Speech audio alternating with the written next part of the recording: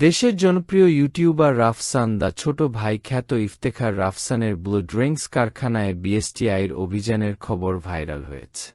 দেশের জনপ্রিয় ইউটিউবার রাফসান দা ছোট ভাই খ্যাত ইফতেখার রাফসানের ব্লু ড্রিঙ্কস অনুমোদিত একটি কারখানায় নোংরা পরিবেশে তৈরি হচ্ছিল।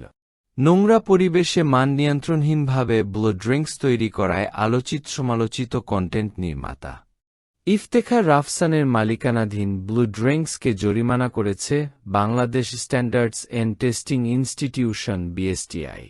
গত ২৪শে এপ্রিল পরিচালিত এ অভিযানে ব্লু ড্রিঙ্কস নামক কোমল পানীয়টিতে নিবন্ধন সনদ না থাকায় মোট ৩০,০০০ টাকা জরিমানা করা হয়।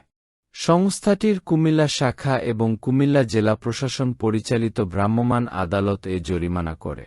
গোপন সংবাদের ভিত্তিতে কুমিল্লা বিসিক এলাকায় অভিযান চালায় জেলা প্রশাসন ও বিএসটিআইয়ের ভ্রাম্যমাণ আদালত। এ সময় ঘটনার সত্যতা পেয়ে প্রতিষ্ঠানটিকে ৩০,০০০ টাকা জরিমানা করা হয়। ২৪শে এপ্রিল কুমিল্লা নগরীর বিসিক এলাকায় অবস্থিত মেসার্স ব্লু ড্রিঙ্কসে অভিযান পরিচালনা করা হয়। তবে সে সময় তথ্যটি গণমাধ্যমের কাছে প্রকাশ করেনি বিএসটিআই। শুক্রবার খবরটি সামাজিক যোগাযোগ মাধ্যমে ভাইরাল হলে বিষয়টি আলোচনায় আসে।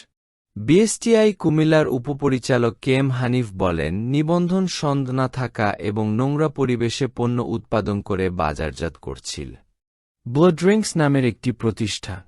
জেলা প্রশাসনের নির্বাহী ম্যাজিস্ট্রেট ফারহানা নাসরিন ও বিএসটিআইয়ের ভ্রাম্যমাণ আদালত ওই কারখানাকে ৩০,০০০ টাকা জরিমানা করে।